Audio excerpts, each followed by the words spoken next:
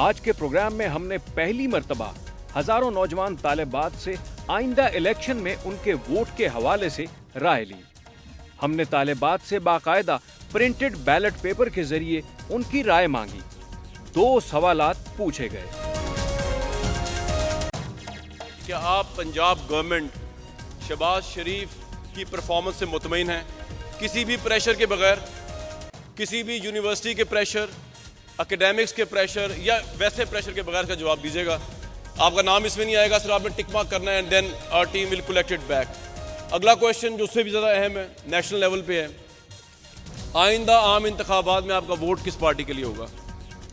उसके लिए ज़रूर आप whichever party you think, PMLN, PTI, Pakistan Peoples Party, Jamaat Islami, Fazal Rahman group, जो चाहे, you can put your free will according to your own conscious इसके अंदर।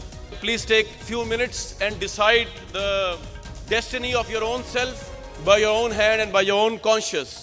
आई look forward to get this answers from you.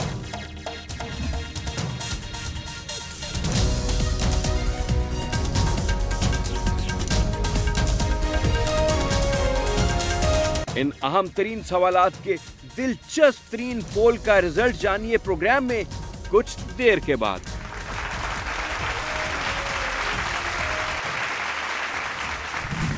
इस programme में आपको खुशामदीद कहते हैं। मैं हूं कामरान शाहिद। इस प्रोग्राम के प्लेटफॉर्म से हमेशा हमारी कोशिश रही कि पाकिस्तान के वो हुक्मरान जो अपने आप को खादिम कहते हैं या खादम आला कहते हैं, उनको आपके सामने पेश किया जाए, क्योंकि हमारी ये राय है कि पाकिस्तान की आवाम जो है दरअसल वही इस मुल्क की असल हुक्मरान है। इस प्रोग्राम के तवस्सुत से ऑक्सफोर्ड यूनिवर्सिटी से लेकर कैम्ब्रिज तक हमने पाकिस्तान की अहम तरीन शख्सियात को पाकिस्तान की यूथ के सामने बिलखसूस पेश किया। और यूथ हमारे लिए इसलिए इम्पोर्टेंट है कि 3 करोड़ वोट अब की बार जो इलेक्शंस में डलने जा रहा है, वो पाकिस्तान के वो लोग या वो यूथ डालेगी जो आज से पहले उन्होंने डाले नहीं, या अभी अभी वो इस एज तक पहुंचे हैं कि अपना वोट कास्ट कर सकें, अपनी डेस्टिनी का खुद तयन कर सकें अपने शऊर की बुनियाद पर, अपने वोट के जरिए। आज का मौका बहुत अहम है।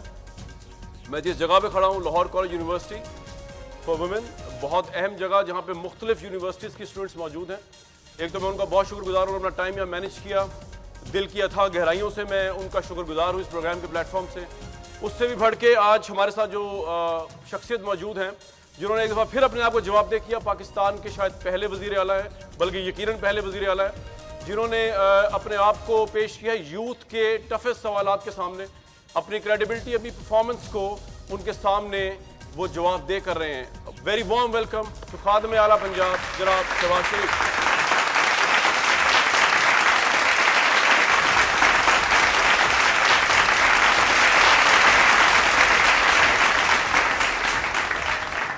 बहुत शुक्रिया शहबाज शरीफ साहब। ऑब्वियसली प्रोग्राम का पैटर्न कुछ एक दो सवाल मैं आपसे पूछ लूँ, फिर मैं हाउस ओपन करूँगा। स्टूडेंट्स हैं डिफरेंट यूनिवर्सिटीज़ और कॉलेजेस की। मेरा बुनियादी सवाल आपसे फिर यही रहेगा कि 4.5 साल जो है आपने यहाँ हुकूमत कर ली, पाकिस्तान का नेक्स्ट इलेक्शन जो है वो चेंज के नाम पे होने जा रहा है। आप इससे पहले भी वज़ीर आला रहे, आपके भाई इससे पहले 2 मरतबा प्राइम मिनिस्टर रहे पाकिस्तान के। तो अब जो नाकदीन कहते हैं कि आपको पीछे हटके दूसरों को जिनको आज तक टेस्ट नहीं किया अगर टाइम देना चाहिए, उसमें आपको क्या एतराज़ है, और what is agenda to negate this entire proposition? Shahbaz Sharif साहब। बिस्मिल्लाह रहमान रहीम। कामरान शाहिद साहब, आपका और यहाँ पर इस शानदार हॉल में बैठे इंतहाई होनहार तलबा और तालिबात, सबका बेहद शुक्रिया। आपका जो सवाल है, जी मेरा सवाल, उसका जवाब यह है कि जब इलेक्शन होने जा रहे हैं इंशाअल्लाह चंद महीनों बाद, उसमें सवाल ये नहीं होगा कि मुझे या हमें क्यों मौका दिया जाए या किसी और को मौका दिया जाए। उसमें सवाल ये होगा कि पेशावर से लेके कराची तक पाकिस्तान के 18 करोड़ अवाम ने, यूथ ने, नौजवानों ने, बुजुर्गों ने, एक रेड़ीबान ने ये फैसला करना है कि इन 4.5-5 सालों में वफाकी हुकूमत और सूबाई हुकूमतों का रिकॉर्ड, पाकिस्तान को जो आज दरपेश चैलेंजेस उनका किस तरह मुकाबला करना है, और इन 5 सालों में जो इश्यूज़ जिन्होंने पाकिस्तान की मईशत को तबाही के दहाने ला खड़ा किया और पाकिस्तान के अंदर बेरोज़गारी में बेपनाह इजाफा हुआ, वो सबसे बड़ा इशू है लोड शेडिंग। उसने न सिर्फ हमारी ज़राअत और हमारी सनत को तबाह हाल किया, उसने हमारे हस्पतालों को, स्कूलों को, यूनिवर्सिटीज़ को अंधेरों में धकेला। उसने हमारी एक्सपोर्ट्स को बहुत ज़्यादा नुकसान पहुंचाया जी। उसने पाकिस्तान की मईशत को कारी ज़रब लगाई। पाकिस्तान के अंदर इन 5 सालों में जो करप्शन जिसने माजी के रिकॉर्ड तोड़े, उसका अवाम इन इलेक्शन में इन तमाम चैलेंजेस का किस तरीके से फैसला करते हैं। मैं समझता हूं कि ये इलेक्शन, ये आम इलेक्शन, कामरान शाहिद साहब, आम इलेक्शन नहीं होने जा रहे कि एक हुकूमत को हटाएं और एक को लेकर आएं। मैं समझता हूं कि it is going to be the battle of survival of Pakistan. ये है वो इलेक्शन का बुनियादी मकसद जिससे अवाम और यूथ पाकिस्तान के मुस्तकबिल का फैसला करें। सर, करप्शन की आपने बात कर दी तो मेरे जहन में दोबारा एक सवाल ही आ गया कि आपने करप्शन के अंबार के इल्ज़ामात लगाए हुए आसिफ अली जरदारी साहब पर आज के लिए लगाए हुए 1990 से लगाए हुए। सर, 3 साल उनके वजीरों को आपने अपनी गवर्नमेंट में बिठाया, आपके वजीर शुरू में कुछ माह उनके साथ रहे, तो अगर वो करप्ट हैं तो फिर उनका जाना ही नहीं बनता आपके साथ। अगर करप्ट नहीं है तो फिर आप आज उनके मुतालिक करप्शन की बात क्यों कर रहे हैं? ये हुआ किस तरह, आपको पता ही नहीं चला, या आज भी आपको पता ही नहीं कि जरदारी साहब जो है करप्ट है या करप्ट नहीं? आपकी पॉलिसी क्या है? इतनी कन्फ्यूजन शहबाज शरीफ साहब इस हवाले से? ये इसमें कतन कोई कन्फ्यूजन नहीं थी जी। आप जानते हैं कि 10 साल इस मुल्क में मुशर्रफ की आमरीत रही और उन्होंने पाकिस्तान की न सिर्फ मईशत को तबाह किया बल्कि एक ऐसी जंग हमारे सरों पर थोप दी जिसका कोई ताल्लुक नहीं था। उस दौरान मोहतरमा बेनज़ीर साहिबा के साथ मियां नवाज शरीफ का चार्टर ऑफ डेमोक्रेसी लंदन में साइन हुआ, जिसके ऊपर बड़ी अर्क-रेज़ी की गई। उसके ऊपर कई महीने, साल लगे और उस चार्टर ऑफ डेमोक्रेसी को आप पढ़ें, बेशुमार मेरी बच्चियों ने पढ़ा होगा, मिसाक जमहूरियत। उसमें न सिर्फ माजी की गलतियों का एतराफ़ किया गया बल्कि ये तय किया गया कि आइंदा हम इंशाअल्लाह पाकिस्तान को जिस हालत में भी हम होंगे, हुकूमत में होंगे या ऑपोजिशन में होंगे, हम पाकिस्तान के अंदर सच्ची जमहूरियत और अवामी खिदमत का माहौल पैदा करेंगे। मोहतरमा इस दुनिया से चली गई, चार्टर ऑफ डेमोक्रेसी असासा था दोनों पार्टियों के दरमियान, तो जाहिर है कि हमने उसके ऊपर अमल करना था। और जब अवाम ने मैंडेट हमें दिया और पीपल्स पार्टी को दिया तो खलूसी नीयत के साथ हमने ये तय किया कि हम पाकिस्तान के अवाम की खिदमत के लिए काम करेंगे। Rest is history. अब जब हमने देखा कि पीपल्स पार्टी के अंदर और ख़ास तौर पर जरदारी साहब कतन अपने माजी से कोई सबक नहीं सीखे तो हमने फिर उसको तुमको खुदा हाफिज कहा, और ये आज नहीं कहा, आज से 2 साल पहले कहा।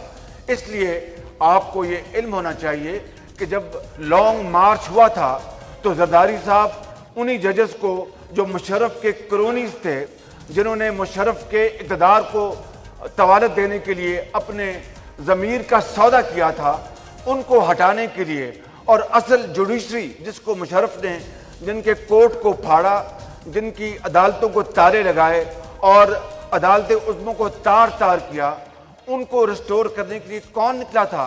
काले कोट वालों के साथ, अवाम के साथ, सिविल सोसाइटी के साथ, बाकी पार्टी के साथ नवाज शरीफ, जिन्होंने यहाँ से लॉन्ग मार्च किया। और जब गुजरांवाला पहुंचे तो ऐलान हुआ कि जजेस रिस्टोर कर दिए गए हैं।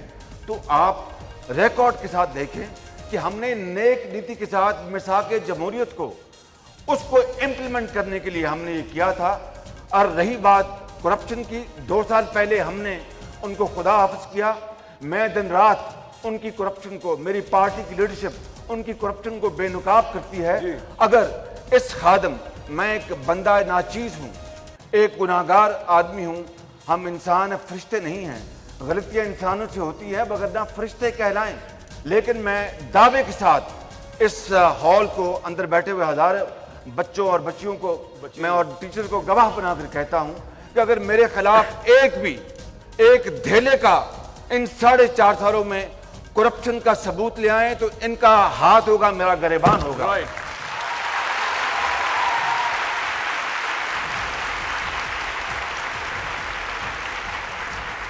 बस मेरा इस हवाले से एक आखिरी ज़िम्मन सवाल है, फिर मैं चाहूँगा कि स्टूडेंट्स जो हैं वही आपको अकाउंट करें आपकी 4.5 साल गवर्नेंस के ऊपर। सवाल मेरा बस ये रहेगा कि उस वक्त की मजबूरी थी चार्टर ऑफ डेमोक्रेसी, उस वक्त की मजबूरी थी जरदारी साहब से हाथ मिलाने की, उस वक्त की मजबूरी थी मुशर्रफ साहब को फारिग करना। मजबूरी नहीं, जरूरत थी, कौम की जरूरत थी। अब अगर जरूरत बन गई इलेक्शन के बाद किसी भी वजह से, पीटीआई फैक्टरेट सेक्ट्रा XYZ RF, किसी भी वजह से जरूरत पड़ गई आपको दोबारा अलायंस की, तो फिर पीपल्स पार्टी से अलायंस तो पॉसिबल है या बिल्कुल नहीं है? देखिए, बात यह है कि जरदारी साहब की पीपल्स पार्टी के साथ अलायंस करना इस तरह है कि आप मौत के कुएं में छलांग लगा दें। अच्छा, ठीक है। जरदारी साहब ने जी पाकिस्तान की दौलत को बेदर्दी से लूटा और तमाम स्कैंडल्स अपनी आंखों से देख रहे हैं और उसके ऊपर उन्होंने आज तक लबकुशाई नहीं की, बल्कि उसको इनकरेज किया और प्रमोट किया। लंबी फहरिस्त है जी। मैं ये कहना चाहूंगा कि जरदारी साहब ने पाकिस्तान के अंदर करप्शन हर जमाने में रही, ये मैं आपको बताना चाहता हूं, पाकिस्तान बनने से लेकर आज तक। लेकिन पुराने जमानों में अकाउंटेबिलिटी चेक होता था, मगर जरदारी साहब ने इस दौर में जो करप्शन के रिकॉर्ड तोड़े हैं, इसी बना पर मैं उनको कहता हूं कि ये जर बाबा और 40 चोर हैं और इनको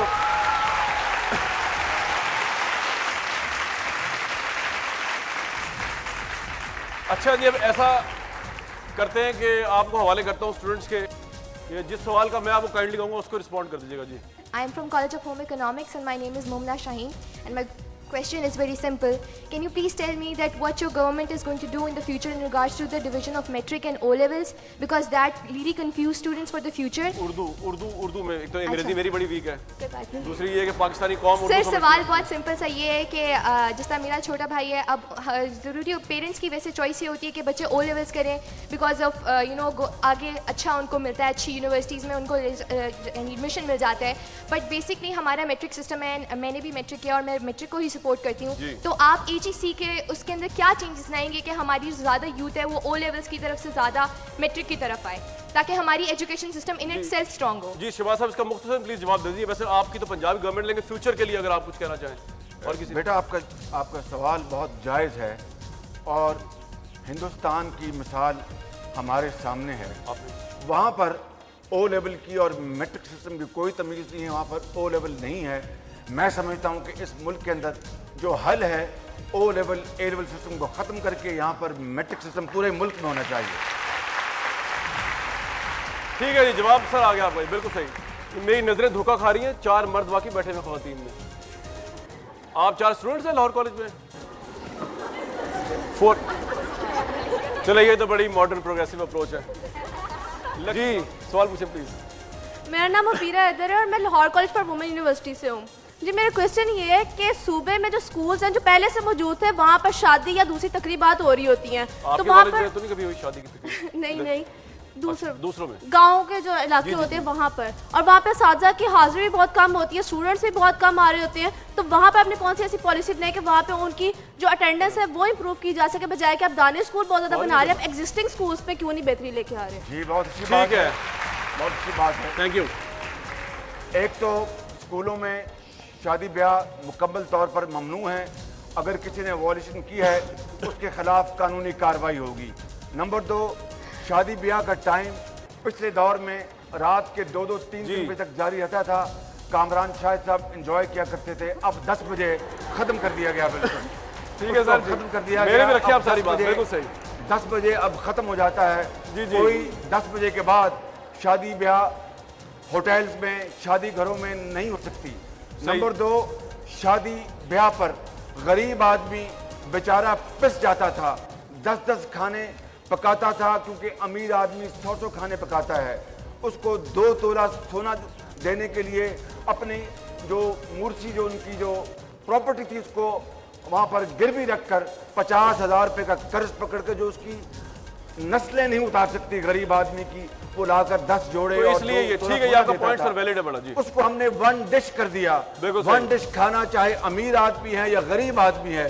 मैं समझता हूं कि ये वो पैराडाइम शिफ्ट है, ये वो सोशल वैल्यूज हैं जिसको हमें आगे बढ़ाना है, और इंशाअल्लाह इसको हम बढ़ाएंगे। आपने मौका दिया तो अगली मरतबा इंशाअल्लाह अल्लाह ने अगर मौका शहबाज दिया, शरीफ साहब, आपने सवाल मौका दिया, ये था, हम तब्दीली लेके सर आएंगे सवाल इंशाअल्लाह। बेसिकली ये था कि स्कूलों के अंदर जो है सिर्फ पढ़ाई होनी चाहिए, लेकिन वहाँ शादियाँ हो रही हैं, तो उसके लिए आपकी इंतजामिया क्या करें, ये आप जरा गौर कर लीजिएगा, जरा इसका चेक करवा लीजिए प्लीज, कि जो ये बिल्कुल ठीक है। जी सरकारी स्कूल कॉलेजेस में 1-2 तो मैंने भी खुद देखे। जी मेरा नाम उज़मा शहीन है और I am political science student from LCW। मेरा क्वेश्चन ये है कि आप अपने आप को खादमी आला कहते हैं, मगर सड़कें ब्लॉक कर, जब आपने गुजरना होता है आप सारे रोड्स ब्लॉक करवा देते हैं, और जब खुद गुजर जाते हैं इवन कि एम्बुलेंस भी घंटों ब्लॉक रहती है। ये क्वेश्चन ऐसी बात नहीं है। मेरा जितना मैं कॉन्शियस हूँ कि आवाम का वक्त बचाया जाए, और मैं कॉमन शो में बिलीव नहीं करता, ये मैं नहीं कह रहा, मैं हर रोज़ गुजरता हूँ, मैं कभी सिक्योरिटी के बगैर जाता हूँ। गो के जो मुल्की हालात हैं और जो इस पर सूरत हाल है, अगर आप मुझे कुर्बानी का बकरा बनाना चाहते तो वो अलहदा बात है, लेकिन मैं इस मामले में बहुत कॉन्शियस हूँ। मैं बिलीव करता हूँ कि सड़कों पर कैवलकेट के साथ जाना, ना सिर्फ मैं अपने आप को एक पिंजरे में बंद समझता हूँ, बल्कि मैं इस हवाले से आवाम को फेस करना मेरे लिए मुमकिन नहीं होता। लिहाजा ये मेरी रवायत नहीं है। काश के मुकम्मल तौर पर ये प्रोटोकॉल ख़त्म हो जाए, लेकिन मैं इसमें बहुत ज़्यादा कोशिश करता हूँ कि ना हो, लोगों को तंग न किया जाए। मीडिया पर मुनाकिद होने वाला पहला इलेक्शन पोल, जिसमें पाकिस्तान की 6 बड़ी यूनिवर्सिटीज और कॉलेजेस की हजारों तालिबात ने बाकायदा बैलेट पेपर के जरिए 2 अहम तरीन सियासी सवालात पर अपनी राय का इजहार किया। पूछे गए 2 सवालात ये थे: आप अपना वोट आइंदा इलेक्शन में किस पार्टी को देंगी? और पंजाब के हवाले से सवाल पूछा गया कि क्या शहबाज शरीफ की परफॉर्मेंस से आप मुतमईन हैं या नहीं? यूथ के जवाबात और दिलचस्प तरीन नताइज देखिए ब्रेक के बाद।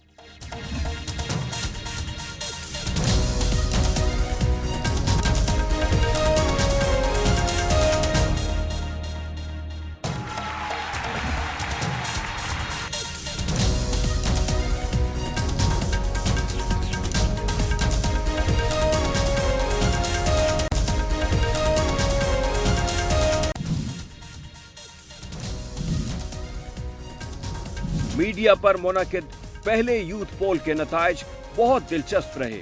इस पोल में 2 सवालात पूछे गए: क्या आप पंजाब गवर्नमेंट और शहबाज शरीफ की परफॉर्मेंस से मुतमईन हैं? आइंदा इलेक्शन में आप अपना वोट किस पार्टी को देंगी? पाकिस्तान की 6 बड़ी यूनिवर्सिटीज और कॉलेजेस की हजारों तालिबात ने पोल में हिस्सा लिया। पोल में हिस्सा लेने वालों में Kinnaird College, Lahore College for Women University, Queen Mary College, Samanabad College, MAO College और होम इकोनॉमिक्स कॉलेज शामिल हैं।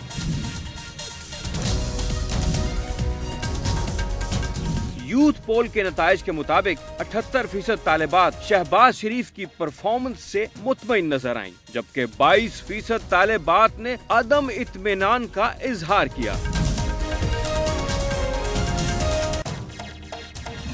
दूसरे सवाल का नतीजा भी खासा दिलचस्प रहा। 71% तालिबात ने आइंदा इलेक्शन में मुस्लिम लीग नून को वोट देने में दिलचस्पी जाहिर की, जबकि 28% तालिबात ने पाकिस्तान तहरीक इंसाफ को वोट देने का इंदिया दिया। हुक्मरान जमात पीपल्स पार्टी को सिर्फ 1% तालिबात ने वोट किया।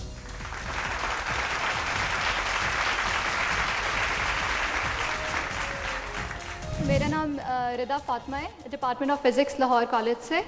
मेरा क्वेश्चन ये है कि जो मैं समझती हूँ कि जब से इमरान खान आया तब से आपकी पार्टी में बहुत एक्टिव अप्रोच हुई है।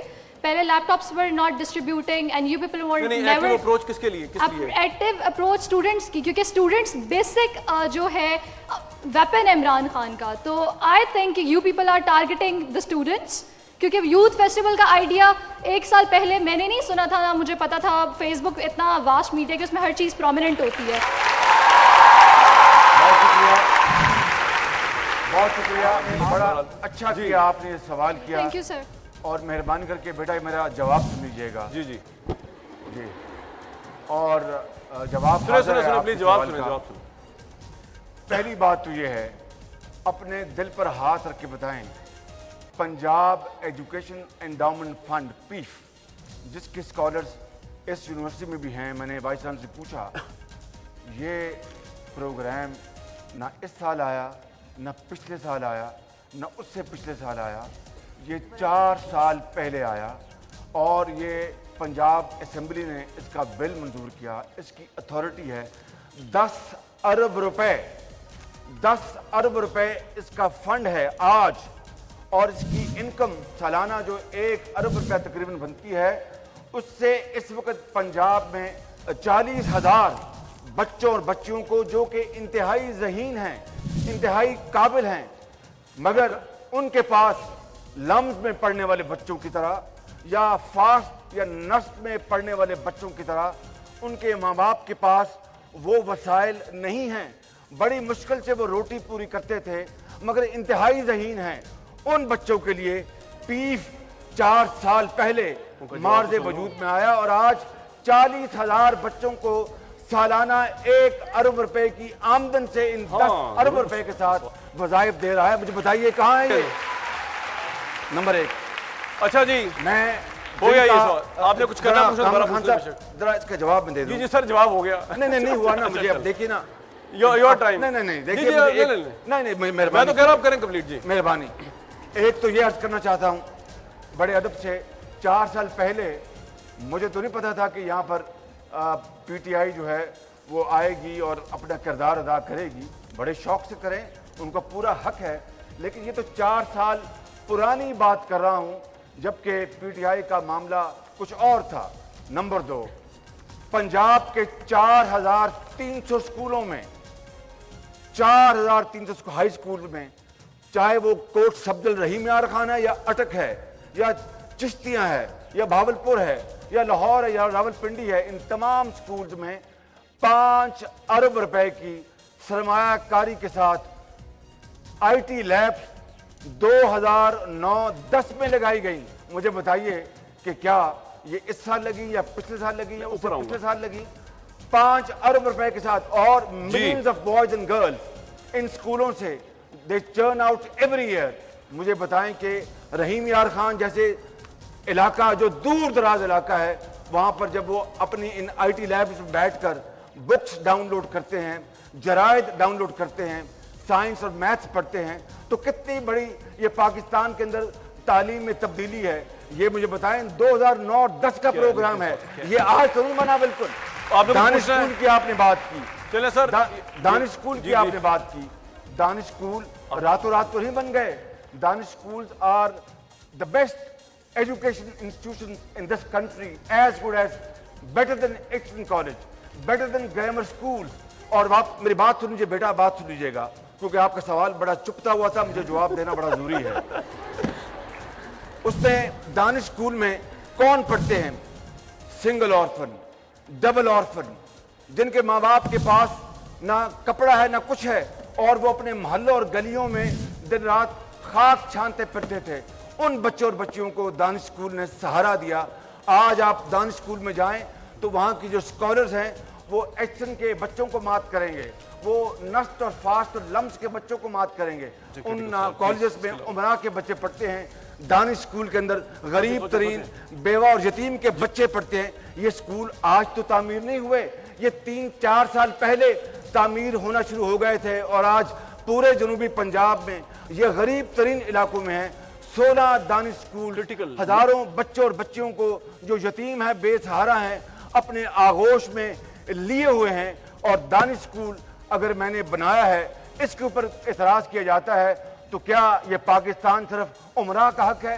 पाकिस्तान के अंदर सिर्फ अमीर आदमी रह सकता है, एक ताजर रह सकता है, एक जज, एक जर्नैल का बच्चा पढ़ सकता है, गरीब आदमी का कोई हक नहीं, बेवा और यतीम का कोई हक नहीं। दानिश स्कूल उनके लिए बनाए गए हैं जो पाकिस्तान के मेहमान हैं। कुछ कहना आपने? कहना तो बात है। अभी बेटा मैं और बहुत बात बता सकता था, लेकिन चूंकि और भी सवालत होने हैं। जी जी। इस मद में आखिरी बात यह है कि जो शाइनिंग हमारे स्कॉलर्स हैं, जो अपना टॉप पोजीशन होल्डर्स हैं, उनको 4 साल पहले मैंने क्या लाहौर में और पंजाब के तमाम डिविजनल हेड्स पे बुलाकर उनको हमने इनामात देने शुरू किए और उनको गार्ड ऑफ ऑनर, आप में से कईयों ने लिया होगा, गार्ड ऑफ ऑनर दिलवाया। मैं आज तक गार्ड ऑफ ऑनर देने का अपने आप का मुस्तहिक नहीं समझता, इसलिए कि मुझे अल्लाह ताला ने और आपने अपने वोटों से खादिम बनाया। अगर मैं आवाम की खिदमत कर लूँ, मेरे लिए बहुत बड़ा एजाज़ है। लेकिन वो बच्चे, आप जो दिन रात पढ़ते हैं, लिखते हैं और फिर आपको इस माशरे में वो मुकाम नहीं मिलता, मैंने गार्ड ऑफ ऑनर सिर्फ आपके लिए रखा। पुलिस आपको सलाम करती है, मुझे सलाम नहीं करती। जी आप मुतमईन हैं? नहीं सर, मेरा क्वेश्चन ये था आपसे कि मैंने ये नहीं कहा कि आपने काम नहीं किया। I am totally agree with you. मैं बात कर रही थी आपकी एक्टिवेशन की। आप लोग एक्टिव हो गए और वो जो भी आप लोग कर रहे थे that was not on the media. हम बच्चे नहीं अवेयर थे उन चीज़ों से कि मीडिया पे इतना ज़्यादा नहीं प्रोवोक कर रहे थे। दूसरा चीज़ कि प्लीज़ आप कंसिडर करें जॉब्स को, क्योंकि जॉब्स की बातें हो रही हैं, इंटर्नशिप प्रोग्राम्स हैं। मैंने अप्लाई किया इंटर्नशिप के लिए, पर मुझे नहीं पता कि कब उसको मुझे आएगा, आपका ईमेल आएगा, कब आएगा। और इस दफ़ा बस मैं यही कह सकती हूँ आप लोग जॉब्स पे ज़रा कंसंट्रेट करें। ठीक है, ये सर इसका जवाब तो हो गया बहुत कॉम्प्रिहेंसिव। मीडिया में मैं एक्टिव पहले नहीं था, ये मैं अपनी गलती तस्लीम करता हूँ, अब गलती दुरुस्त कर अब हो गए हैं जी।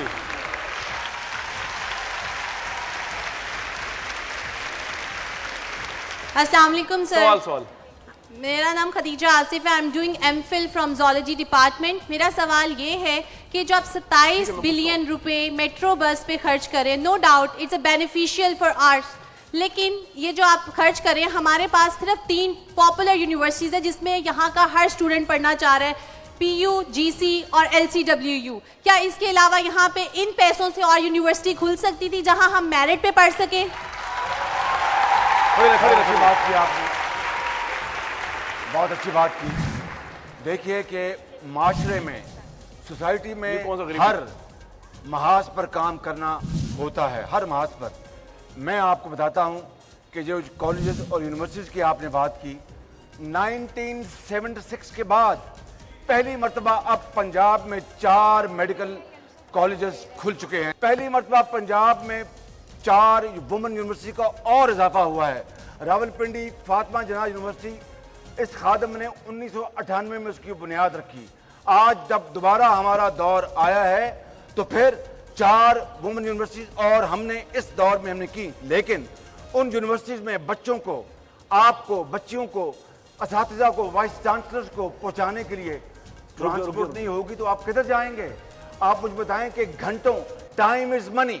जब जाड़े में, जब गर्मियों में आप बस स्टॉप पर एक टीचर, एक स्टूडेंट, एक डिश वॉशर, एक बेवा, एक यतीम, कपड़े धोने वाला, एक हजाम जब खड़ा होता है और घंटों बस नहीं आती और एक लंबी चौड़ी गाड़ी जो कि महंगी तरीन गाड़ी हो, वो उसकी गुर्बत का मुंह चढ़ाते हुए फर पर गुजर जाए, तो उनके दिल पर क्या गुजरती है कि क्या ये पाकिस्तान सब हमारा है? पूछना हमने कुछ ये नहीं, क्या ये पाकिस्तान हमारा नहीं है? बहुत शुक्रिया बेटा, आप यूनिवर्सिटी में ये बच्चे आएंगे, बच्चियां आएंगी, टीचर्स आएंगे, टाइम अच्छा सर ऐसा है कौम आगे बढ़ेगी। कि वैसे तो सवाल यूथ ने पूछने थे और पूछेंगे, लेकिन क्योंकि मैं खुद पढ़ाता रहा हूँ गवर्नमेंट कॉलेज यूनिवर्सिटी लाहौर में, तो टीचर्स का मैं दर्द समझ सकता हूँ। तो ये टीचर हैं कि उन्होंने सवाल करना है आपसे। जी गवर्नमेंट कॉलेज में टीचर हूँ, हुमैरा नाम है मेरा। जी सर, आपने बहुत अच्छे पंजाब के लिए काम किए हैं, अप्रिशिएबल हैं, लेकिन टीचर्स के लिए क्या लैपटॉप हम उम्मीद रख सकते हैं?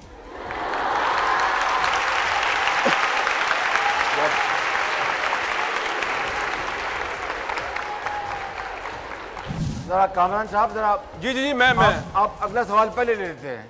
नहीं मैं अगला नहीं ले रहा अभी, मैं आपका जवाब पहले लूंगा पूरा, उसके बाद अगला सवाल लूंगा। ये लोग वैसे एक्साइटेड हुए हैं आपको देख के। एक आपका सवाल जो मोहतरमा टीचर साहबा ने किया, उसका जवाब देने से पहले मैं पहला एक पॉइंट जो इसके रैपिड ट्रांसपोर्ट के बारे में था, ये बताता चले जाऊं कि इसके ऊपर 30 अरब रुपया खर्च हो रहा है। पिछली हुकूमत ने जो तखमीना बनाया था वो 230 अरब रुपए का था, और वो कागजों में था। उन्होंने अपने ज़माने में उसकी फिजिबिलिटी करवाई, जिसके ऊपर 1 अरब रुपया खर्च किया और उसमें 40 करोड़ रुपया गबन फ्रॉड कर दिया। इस हुकूमत को, आपके खादम को अल्लाह ने तौफीक दी कि हम डाकू को दुबई से पकड़ के लाए और इसी दौर में पैसा निकलवाया, कौम के हवाले किया और उसको सजा दिलवाई उसको। बल्कि सही है। और ये डाके अल्हम्दुलिल्लाह इस दौर में नहीं है। जो कोई करता है तो उसके खिलाफ भरपूर एक्शन और एहतसाब होता है। टीचर के लैपटॉप के बारे में जो आपका सवाल, उसका जवाब ये है कि मैं वाइस चांसलर जो साहिबान हैं पंजाब यूनिवर्सिटीज़ के, उनकी मैं एक कमेटी बनाता हूँ और वो जो फैसला करेंगे मैं उसको मंजूर कर लूँगा इंशाल्लाह। ठीक है, दैट्स वेरी गुड। ये बड़ा अच्छा स्टेप अगर ऐसा हो जाए, क्योंकि टीचर्स जो है बड़े बुरे हालत में पाकिस्तान में ओवरऑल की परवाह कोई नहीं करता। जी नेक्स्ट सवाल आप पूछ लें। अस्सलाम वालेकुम जी, मैं हुमैरा हूँ, लेक्चरर हामिद कॉमर्स कॉलेज से। तो मैं आपसे ये पूछना चाह रही थी कि जैसे आप यूथ को बहुत सपोर्ट करते हैं, तो क्या आपने आने वाले इलेक्शन में यूथ के लिए कोई सीट्स भी रखी हैं? क्योंकि पीटीआई में तो बहुत ज्यादा यूथ की रिप्रेजेंटेशन है। आपने अब 1 घंटा शिवाजी साहब ने जवाब देना है उसका। आप पीटीआई को माइनस करके सवाल ही पूछ लें। सर पीटीआई माइनस है सवाल नहीं, मतलब ठीक है कि यूथ के लिए आपने रिप्रेजेंटेशन रखी है। ज़ाहिर है पॉलिटिकल प्रोसीजर बहुत महंगा है स्टूडेंट्स के लिए, या वो तमाम लोग यंगस्टर जो आना चाह रहे हैं उनके लिए मुश्किल है। मतलब उन्होंने दूसरी पार्टी ने 25% रखी हुई है। बहुत सुंदर आपका सवाल है और मैं आपको यकीन दिलाता हूँ, मैं इस स्टेज पर खड़े होकर मैं इस बात का ऐलान करना चाहता हूँ कि आइंदा इलेक्शन में PMLN के लीडर मियां नवाज शरीफ, मेरे जो कायद हैं, और हमारी पार्टी ने ये कॉन्शियस फैसला किया है कि हम अब के मर्तबा हम आगे नौजवानों को लेके आएंगे जिनके हाथ में पाकिस्तान की कामयाबी की कुंजी है, जिनके अजहान बड़े ताज़ा हैं, जिनके अंदर बड़ी जुर्रत और कुव्वत है। उनको हम लेके आएंगे, अच्छे लोग, नौजवान लोग जो कि पाकिस्तान की किस्मत को बदलेंगे। आप देखेंगे इंशाअल्लाह जब इलेक्शन आएंगे तो आप भी अगर अप्लाई करेंगे तो जरूर कंसिडर करेंगे। सर एक और चीज़ के, चूँकि मैं खुद भी लेक्चरर हूँ, तो इसलिए मैं ये कहना चाह रही हूँ कि फर्दर स्टडी के लिए लेक्चरर्स के लिए भी, उस्ताज़ा के लिए भी कोई स्कॉलरशिप प्रोग्राम ऐसे रखे जाएं कि ज़्यादा से ज़्यादा। बस एक सवाल हो गया, दूसरा दे दें मुझे। दूसरा ये था, इनका सवाल जो था वो शहबाज शरीफ साहब, ये कॉलेज लेवल पे टीचर हैं जिन्होंने बात की आपसे, तो आगे इन्होंने कहा कॉलेज लेवल पे लैपटॉप्स की बात की आपसे, तो कॉलेज लेवल पे काइंडली भी उठा दीजिएगा। ये प्रिंसिपल्स पे रखेंगे इंशाल्लाह। प्रिंसिपल्स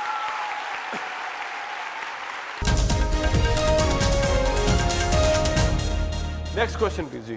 आप रायबंड में इतने शानदार और आलीशान घर में रहते हैं और आपने अपने करीबी एरियाज में इतना ज़्यादा डेवलप किया हुआ है, लेकिन जो दूसरे लेस डेवलप एरियाज हैं वहाँ की तरक्की के लिए आप क्या काम कर रहे हैं? आप प्लीज़ मुझे फैक्ट्स एंड फिगर्स ना बताइएगा, मुझे पता है आपने पंजाब के लिए बहुत काम किया है, लेकिन आप please to the point answer. मैं आज कर रहा हूँ ना कि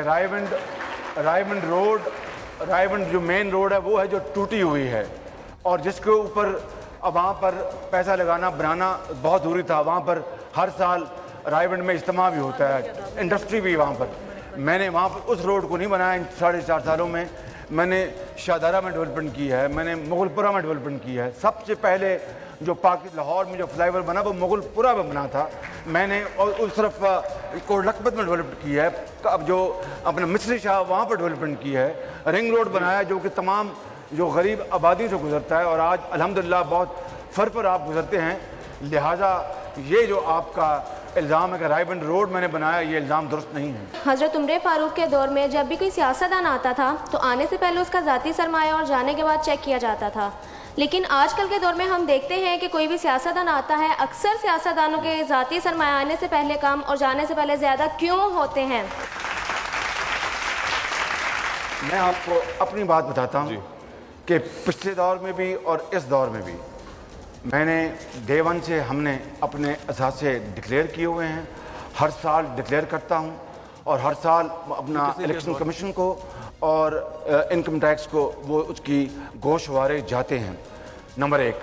नंबर 2, मेरा वो ख़ानदान है, मैं बड़े अदब से, बड़ी माजत से मैं आज करना चाहता हूँ। I am not now speaking for myself, I am just purely trying to answer an intelligent question of this daughter कि पाकिस्तान के अंदर मेरे ख़ानदान का 70 की दिहाई में मेरे वालिद एक बहुत गरीब किसान के बेटे थे और मुझे उसके ऊपर फ़ख्र है कि उन्होंने पाकिस्तान बनने से पहले हिंदुस्तान से लाहौर आकर अपने भाइयों के साथ दिन रात मजदूरों की तरह मेहनत की और 60 की दिहाई में पाकिस्तान का सबसे बड़ा इदारा लोहे का और इंजीनियरिंग का लगाया जिसका नाम इत्तेफाक फाउंड्रीज है और आज भी ये शाहकार यहाँ पर मौजूद है।